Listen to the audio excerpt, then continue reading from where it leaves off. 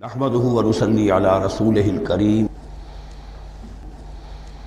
اما بعد فاعوذ بالله من الشيطان الرجيم بسم الله الرحمن الرحيم سيقول السفهاء من الناس ما واللهم عن قبلتهم التي كانوا عليها قل لله المشرق والمغرب يهدي من يشاء الى صراط مستقيم صدق الله العظيم۔ اب یہ تحویل قبلہ کا مضمون براہ راست آ رہا ہے۔ اس کے لیے تمہیدی 2 رکوع ہم پڑھ چکے ہیں۔ حضرت ابراہیم کا تذکرہ جو معمار ہیں بیت اللہ کے، ابو الانبیاء ہیں، امام الناس ہیں، انہی کی ایک نسل بنی اسرائیل ہے، انہی کی ایک نسل بنی اسماعیل ہے۔ ان کا دین کیا تھا، اس کی بنیاد کیا تھی، انہوں نے اور خود ان کے پوتے حضرت یعقوب نے اپنی اولاد کو کس بات کی وصیت کی تھی، اب وہ اولاد مختلف پگڈنڈیوں پر چل کر کہاں کہاں پہنچ چکی ہے، یہ سارا پس منظر ہے اصل میں اس تحویل قبلہ کے لیے۔ اور تحویل قبلہ پر پورے 2 رکوع آ رہے ہیں۔ اس سے بسا اوقات یہ خیال پیدا ہوتا ہے، میرے ذہن میں بھی کبھی ہوتا تھا کہ یہ ایسی بڑی بات کیا تھی جس کے لیے قرآن مجید نے اتنے شد و مد کے ساتھ اور اس قدر تفصیل کے ساتھ بلکہ تکرار کے ساتھ بات کی۔ تو اصل میں اس کو یوں سمجھیے کہ ایک خاص مذہبی ذہنیت ہوتی ہے، اور وہ مذہبی ذہنیت یہ ہوتی ہے کہ اعمال کے ظاہر پر ان کی توجہ زیادہ مرکوز ہو جاتی ہے، اعمال کی جو روح ہے زیادہ اس کی طرف توجہ نہیں ہوتی۔ عوام الناس کا معاملہ یہی ہو جاتا ہے، ظواہر پر، رسومات پر، جو ظاہری شکلیں ہیں ان کی اہمیت، جو اصل دین ہے، روح دین ہے، جو مقاصد دین ہیں، ان کی طرف توجہ نہیں ہوتی۔ نتیجہ یہ ہوتا ہے کہ ظاہر میں ذرا سا فرق انہیں بہت محسوس ہوتا ہے، ذرا سا فرق ہو گیا، کسی نے رفع یدین کر لیا، قیامت آ گئی، معلوم ہوا یہ کوئی اور ہی آ گیا ہماری مسجد میں، یہ کون ہے، کسی نے آمین ذرا اونچا کہہ دیا، پھر قیامت آ گئی۔ یہ ساری چیزیں جو یہ خاص ایک ذہنیت ہوتی ہے، اس ذہنیت کے پس منظر میں یہ مسئلہ چھوٹا نہیں تھا۔ ایک تو یہ کہ جو قبائلی اور قومی پس منظر تھا اس کے حوالے سے سمجھیے، مکے میں جو لوگ ایمان لائے، ظاہر بات ہے ان سب کو عقیدت تھی خانہ کعبہ کے ساتھ، خود حضور کو تھی۔ آپ روتے ہوئے نکلے ہیں اور آپ نے یہ فرمایا تھا کہ اے کعبہ مجھے تجھ سے بڑی محبت ہے، لیکن تیرے یہاں کے رہنے والے مجھے یہاں رہنے نہیں دیتے۔ پھر یہ کہ وہ جو عقیدت اور محبت تھی وہ تمام اور مسلمانوں کے دلوں میں بھی تھی۔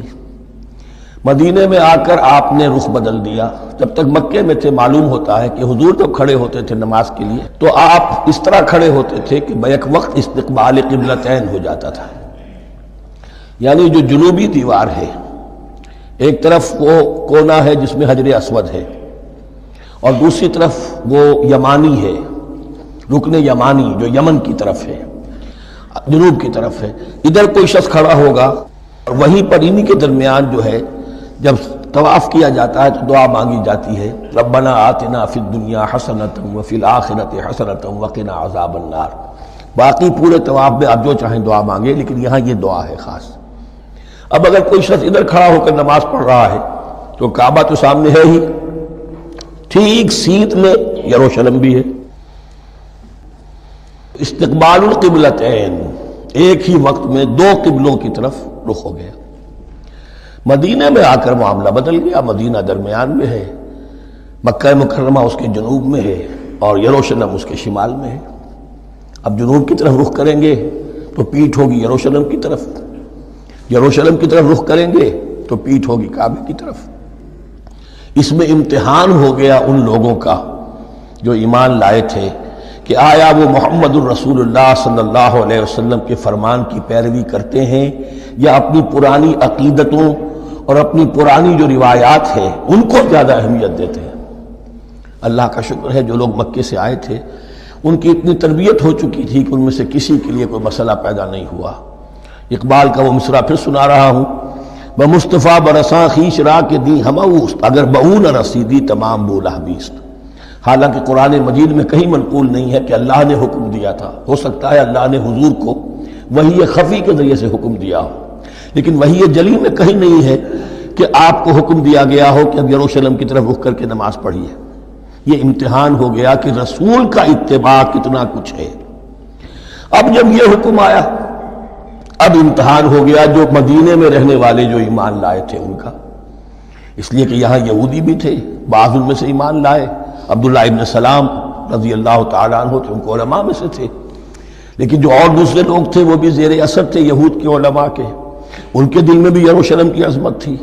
اب جب انہیں رخ کرنا پڑا تو یہ ان کے ایمان کا امتحان ہو گیا۔ تو یہ بڑا امتحان تھا اس میں کہ جو سب کے لیے مثبر تھا، اور مسلمانوں میں سے بعض لوگوں کے دلوں میں یہ خیال بھی پیدا ہوا ہوگا اگر اصل قبلہ یہ تھا تو ہم نے اب تک جو نمازیں پڑھی ہیں وہ تو پھر ہم نے غلط رخ پر پڑھی۔ ہماری اتنی سالوں کی، کسی کو ایمان لائے وہ 10 برس ہو گئے، ہماری ان نمازوں کا کیا بنے گا؟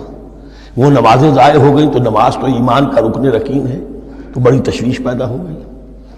اس کے ساتھ ہی ایک مسئلہ یہ پیدا ہوا سیاسی اعتبار سے کہ یہود اب تک تو یہ سمجھ رہے تھے کہ حضور نے اور مسلمانوں نے ہمارا قبلہ اختیار کر لیا ہے، تو گویا کہ ہمارے کیمپ فالوورز ہیں، ہمارا تو انہوں نے اتباع کیا ہے، لہذا ہمیں کوئی خاص اندیشہ نہیں ان کی طرف سے۔ لیکن اب جب قبلہ بدل گیا تو ان کے کان کھڑے ہو گئے کہ یہ تو پھر کوئی نئی اب ملت ہے اور نئی امت کی تشکیل ہو رہی ہے، لہذا ان کی طرف سے مخالفت جو تھی اس کے اندر شدت زیادہ پیدا ہو گئی۔ یہ سارے مضامین تھے کہ جو یہاں پر زیر بحث آ رہے ہیں۔ سَيَقُولُ السُّفَهَاءُ مِنَ النَّاسِ، بہت غیر معمولی ہے اس کا آغاز ہی اس آیت کا۔ ان قریب کہیں گے لوگوں میں سے احمق اور بے وقوف لوگ، ما وَاللَّهُ مَنْ قِبْلَتِهِمُ الَّتِي كَانُوا عَلَيْهَا، کس چیز نے پھیر دیا انہیں اس قبلے سے کہ جس پر یہ تھے۔ یعنی یہ 16 مہینے نماز پڑھی ہے بیت المقدس کی طرف رخ کر کے، یروشلم کی طرف، اب کس چیز نے پھیر دیا انہیں؟ قُلْ لِلَّهِ الْمَشْرِقُ وَالْمَغْرِبُ، دیکھیے وہی الفاظ جو 14ویں رکوع میں آئے تھے جو تمہید بن رہے تھے، کہہ دیجئے کہ اللہ ہی کے لیے ہے مشرق اور مغرب۔ گویا کہ شمال اور جنوب، مشرق و مغرب، شمال و جنوب، محاورے میں مشرق و مغرب زیادہ استعمال ہوتا ہے، سب اللہ کے ہیں، اللہ کسی سمت میں محدود نہیں ہے۔ یہدی من یشاء الی صراط مستقیم، وہ جس کو چاہتا ہے سیدھے راستے کی طرف ہدایت دے دیتا ہے۔ وَكَذَلِكَ جَعَلْنَاكُمْ، اب یہ خاص بات کہی جا رہی ہے، اے مسلمانوں تم اس تحویل قبلہ کو معمولی بات نہ سمجھو، یہ علامت ہے اس بات کی کہ اب تمہیں وہ حیثیت حاصل ہو گئی۔ وَكَذَلِكَ جَعَلْنَاكُمْ أُمَّةً وَسَطًا لِتَكُونُوا شُهَدَاءَ عَلَى النَّاسِ وَيَكُونَ الرَّسُولُ عَلَيْكُمْ شَهِيدًا، اب تمہارا فرض منصب یہ ہے کہ رسول نے جس دین کی گواہی تم پر دی ہے اپنے عمل سے، اپنے قول سے، اسی دین کی گواہی تمہیں دینی ہے اپنے قول سے اور اپنے عمل سے پوری نوع انسانی پر۔ اب تم لنک بن گئے ہو۔ اب تک نبوت کا سلسلہ جاری تھا، ایک نبی کی تعلیم ختم ہوئی، بگڑ گئی، تحریف ہو گئی، غائب ہو گئی، دوسرا نبی آ گیا، پھر کچھ تیسرا آ گیا، چلے آ رہے۔ لہذا ہر دور کے اندر اب وہ جو معاملہ تھا تسلسل کے ساتھ چل رہا تھا، اب یہاں نبوت ختم ہو رہی ہے محمد الرسول اللہ صلی اللہ علیہ وسلم پر، تو نوع انسانی تو ختم نہیں ہو رہی، ابھی قیامت تو نہیں آئی ہے۔ اب آگے لوگوں کو تبلیغ کرنا، ان تک دین پہنچانا، ان پر حجت قائم کرنا، ان کا احقاق حق اور ابطال باطل کا فریضہ سر انجام دینا، یہ کون کرے گا؟ تو پہلے تو ہمیشہ اللہ کی طرف سے وہی جبریل لائے اور نبی کے پاس آ گئے، نبی نے لوگوں کو سکھا دیا۔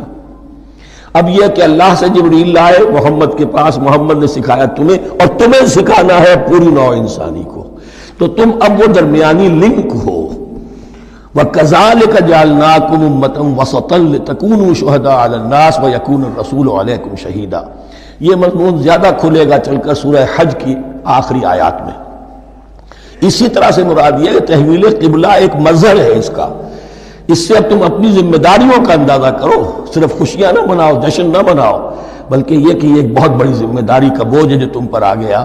کبھی ہم نے اپنے بندے محمد کے کاندھوں پر جب یہ بوجھ رکھا تھا تو ان سے بھی کہا تھا صلی اللہ علیہ وسلم، اِنَّا سَنُلْقِي عَلَيْكَ قَوْلًا ثَقِيلًا، اے نبی ہم آپ پر ایک بھاری بات ڈالنے والے ہیں۔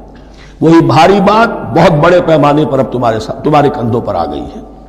وَكَذَلِكَ جَعَلْنَاكُمْ أُمَّةً وَسَطًا لِتَكُونُوا شُهَدَاءَ عَلَى النَّاسِ وَيَكُونَ الرَّسُولُ عَلَيْكُمْ شَهِيدًا وَمَا جَعَلْنَا الْقِبْلَةَ الَّتِي كُنْتَ عَلَيْهَا، اور ہم نے نہیں قرار دیا تھا اس قبلے کو جس پر کہ اے نبی آپ پہلے تھے، یعنی یہ دو طرح کی بات ہو سکتی ہے، وہی خفی سے اللہ نے فرمایا ہو کہ اے محمد اب کچھ عرصے کے لیے یروشلم کی طرف رخ کر کے نماز پڑھو، وہی جلی میں نہیں ہے، اور یہ بھی ہو سکتا ہے یہ حضور کا اجتہاد ہو اور اسے اللہ نے قبول فرما لیا ہو، دونوں باتوں کا امکان موجود ہے۔ حضور کے اجتہاد پر اگر اللہ کی طرف سے نفی نہ آئے تو وہ گویا اللہ کی طرف سے۔ وما جعلنا القبلة التي كنت عليها الا لنعلم من يتبع الرسول وممن ينقلب على عقبيه، اور نہیں ٹھہرایا تھا ہم نے اس قبلے کو جس پر کہ آپ رہے ہیں مگر یہ جاننے کے لیے کہ کون ہے، یہ ظاہر کرنے کے لیے کہ کون ہے کہ جو اتباع کرتے ہیں رسول کا صلی اللہ علیہ وسلم، اور وہ کون ہے کہ جو اپنی ایڑیوں کے بل لوٹ جاتے ہیں۔ یعنی مدینے میں آ کر اگر کوئی مکے کا مسلمان کہتا صاحب یہ قبلہ مجھے قبول نہیں ہے، وہ واپس ہو جاتا، ایسا ہوا نہیں۔ اور اب جب مکے کی طرف رخ ہو گیا ہے تو کوئی انصار میں سے، کوئی مدینے میں جو ایمان لائے ان میں سے کسی نے کہا کہ ٹھیک ہے جی ہمارا قبلہ وہ تھا، اب آپ نے اپنا قبلہ بدل دیا، آپ کا راستہ اور ہمارا راستہ اور، نہیں، وہ تمام کے تمام مسلمان ان آزمائشوں میں کامیاب ہوئے۔ وَإِن كَانَتْ لَكَبِيرَةً إِلَّا عَلَى الَّذِينَ هَدَى اللَّهُ، اور واقعہ یہ ہے یقیناً یہ بہت بڑی بات تھی، اس طرح قبلے کے اندر تبدیلی قبول کر لینا آسان بات نہیں ہوتی، بڑا حساس مسئلہ ہوتا ہے، مگر ان کے لیے کہ جن کو اللہ نے ہدایت دی۔ وما كان اللہ لیضیع ایمانکم، اور اللہ ہرگز تمہارے ایمان کو ضائع کرنے والا نہیں ہے۔ ایمان سے یہاں مراد نماز جو ہے الصلاۃ عماد الدین، وہ جو تشویش ہو گئی تھی کہ ہماری ان نمازوں کا کیا بنے گا جو ہم نے 16 مہینے پڑھی ہیں بیت المقدس کی طرف رخ کر کے۔ وما كان اللہ لیضیع ایمانکم، اس وقت وہ حکم تھا رسول کا، وہ اللہ کے ہاں مقبول ہے، اس وقت یہ حکم ہے جو تمہیں رسول کی معرفت مل رہا ہے، اب تم اس کی پیروی کرو۔ ان اللہ بالناس لرؤوف الرحیم، یقیناً اللہ تعالیٰ تو انسانوں کے حق میں بہت ہی شفیق ہے اور بہت ہی رحیم ہے۔ قد نرى تقلب وجهك في السماء، معلوم ہوتا ہے خود حضور کو انتظار تھا اس فیصلے کا، اور معلوم ہوتا ہے کہ آپ پر بھی شاخ گزر رہا تھا یہ وقفہ کہ جس میں نماز پڑھتے ہوئے پیٹھ ہو رہی تھی بیت اللہ کی طرف، تو آپ بار بار آپ کی نگاہیں آسمان کی طرف اٹھتی تھی کہ کب وحی آئے، کب جبرائیل حکم لے کر آئے۔ قد نرى تقلب وجهك في السماء، اے نبی ہم نے آپ کے چہرے کا بار بار آسمان کی طرف اٹھنا دیکھ لیا ہے۔ فَلَنُوَلِّيَنَّكَ قِبْلَةً تَرْضَاهَا، اس آیت میں بڑی شفقت، بڑی محبت، بڑی عنایت ہے محمد الرسول اللہ صلی اللہ علیہ وسلم کے لیے اللہ کی طرف سے، تو ہم بدلے دیتے ہیں، پھیرے دیتے ہیں قبلہ جو آپ کو پسند ہے۔ ظاہر بات ہے کہ حضور کو جو محبت تھی اور جو بھی آپ کو ایک رشتہ قلبی تھا بیت اللہ کے ساتھ، فَلَنُوَلِّيَنَّكَ قِبْلَةً تَرْضَاهَا، ہم بدلے دیتے ہیں، بدل دیں گے قبلہ اسی طرف جو آپ کو پسند ہے۔ فَوَلِّ وَجْهَكَ شَطْرَ الْمَسْجِدِ الْحَرَامِ، تو بس اب پھیر دیجئے اپنے رخ کو مسجد حرام کے رخ پر۔ وَحَيْثُ مَا كُنْتُمْ، اور مسلمانوں جہاں کہیں بھی تم ہو، مدینے میں ہو یا کہیں اور ہو، مغرب میں ہو، شمال میں ہو، جنوب میں ہو، کہیں ہو، فَوَلُّوا وُجُوهَكُمْ شَطْرَهُ، تو اپنا چہرہ نماز میں اسی کے رخ پر پھیرو۔ وَإِنَّ الَّذِينَ أُوتُوا الْكِتَابَ لَيَعْلَمُونَ أَنَّهُ الْحَقُّ مِنْ رَبِّهِمْ، اور جن لوگوں کو کتاب دی گئی تھی وہ جانتے ہیں کہ یہ حق ہے ان کے پروردگار کی طرف سے۔ تورات میں بھی یہ مذکور تھا کہ اصل قبلہ ابراہیمی وہی تھا، اس لیے کہ یروشلم تو تعمیر کیا ہے حضرت ابراہیم سے کوئی 1000 سال کے بعد حضرت سلیمان نے۔ یہ جو بھی ہیکل سلیمانی ہے کم سے کم 1000 برس کا فصل ہے حضرت ابراہیم میں حضرت سلیمان میں۔ تو حضرت ابراہیم کا قبلہ کون سا تھا؟ تو وہ بھی مولانا امین احسن اصلاحی صاحب نے اردو میں ترجمہ کیا ہے مولانا حمید الدین فراہی کی کتاب کا، اور وہ بہت اہم ہے اس موضوع کو سمجھنے کے لیے۔ بہت سے مسلمان مفسرین نے بھی اس میں ٹھوکر کھائی ہے۔ ان الذین اوتوا الکتاب لیعلمون انہ الحق من ربہم وما اللہ بغافل عما یعملون، اور اللہ غافل نہیں ہے اس سے کہ جو وہ کر رہے ہیں۔ ولئن اتیت الذین اوتوا الکتاب بکل آیۃ ما تبعوا قبلتک، اے نبی آپ ان اہل کتاب کو اگر تمام دلائل بھی دے دیں گے، تمام نشانیاں بھی دکھا دیں گے، تب بھی یہ آپ کے قبلے کی پیروی نہیں کریں گے۔ وما انت بتابع قبلتہم، اور نہ ہی اب آپ پیروی کرنے والے ہیں ان کے قبلے کی۔ یہ تو لکم دینکم ولی دین والا معاملہ ہو گیا۔ وما بعضهم بتابع قبلۃ بعض، حد یہ ہے کہ یہ خود جو ہے آپس میں ایک دوسرے کے قبلے کی پیروی نہیں کرتے۔ یعنی نصارہ اور یہود اگرچہ یروشلم سب کا قبلہ ہے، لیکن عین یروشلم میں جا کر جو یہودی ہیں وہ مغربی گوشے کو اختیار کرتے تھے، مغرب کی طرف رخ کرتے تھے ہیکل سلیمانی میں، اور جو نصارہ ہے وہ مشرق کی طرف، اس لیے کہ حضرت مریم سلام علیہا نے جو اعتکاف کیا تھا مکاناً شرقیہ، وہ جو مکان تھا ان کا جہاں اعتکاف تھا، جہاں فرشتہ ان کے پاس آیا ہے، وہ ہیکل کے کسی شرقی گوشے میں تھا، تو انہوں نے عیسائیوں نے اسی کو اپنا شرقی گوشے کو قبلہ بنا لیا۔ وَلَئِنِ اتَّبَعْتَ أَهْوَاءَهُمْ، اور اے نبی اگر بالفرض آپ نے ان کی خواہشات کی پیروی کی، من بعد ما جاءك من العلم، اس کے بعد کہ آپ کے پاس العلم صحیح علم آ چکا ہے، انک اذا لمن الظالمین، تو آپ بھی پھر ظلم کرنے والوں میں سے ہو جائیں گے، معاذ اللہ۔ الذین آتیناہم الکتاب یعرفونہ کما یعرفون ابناءہم، جن لوگوں کو ہم نے کتاب دی یعنی تورات اور انجیل کے جو صحیح ماننے والے ہیں، یہ نقطہ یہاں نوٹ کر لیجئے، تورات اور انجیل کے ماننے والوں میں سے غلط کاروں کے لیے مجہول کا صیغہ آتا ہے، اوت الکتابہ، جنہیں کتاب دی گئی تھی، اور جو ان میں سے ٹھیک تھے، صحیح رخ پر تھے، ان کے لیے معروف کا صیغہ ہوتا ہے جنہیں کتاب ہم نے دی تھی۔ یہ انداز جو ہے معروف اور مجہول کا، یہ آپ دیکھیں گے کہ فرق ہوگا، جہاں ان کی کسی غلط بات کا تذکرہ ہوگا الذین اوتوا الکتاب، اور جہاں اچھی بات کا تو وہاں یہ کہ جو آتیناہم الکتاب، الذین آتیناہم الکتاب یعرفونہ کما یعرفون ابناءہم، وہ ایسے ہی پہچانتے ہیں اس کو۔ ہو کی ضمیر قبلے کی طرف بھی ہے، اور ہو کی ضمیر محمد الرسول اللہ کی طرف بھی ہے، ہو کی ضمیر قرآن کی طرف بھی ہے، ایسے پہچانتے ہیں جیسے اپنے بیٹوں کو۔ وَإِنَّ فَرِيقًا مِّنْهُمْ، اور یقیناً ان میں سے ایک گروہ وہ ہے لَيَكْتُمُونَ الْحَقَّ وَهُمْ يَعْلَمُونَ، جو جانتے بوجھتے حق کو چھپاتے ہیں۔ الحق من ربک، یہ حق ہے آپ کے رب کی طرف سے، فلا تکونن من الممترین، تو آپ ہرگز نہ بنے شک کرنے والوں میں۔ یہ حضور سے خطاب ہو رہا ہے، اور حضور کی وساطت سے اصل میں ہر مسلمان سے خطاب ہو رہا ہے، یہ بات ان سے کہی جا رہی ہے کہ اس میں کوئی شک اپنے پاس مت آنے دو، یہ تو حق ہے تمہارے پروردگار کی طرف سے۔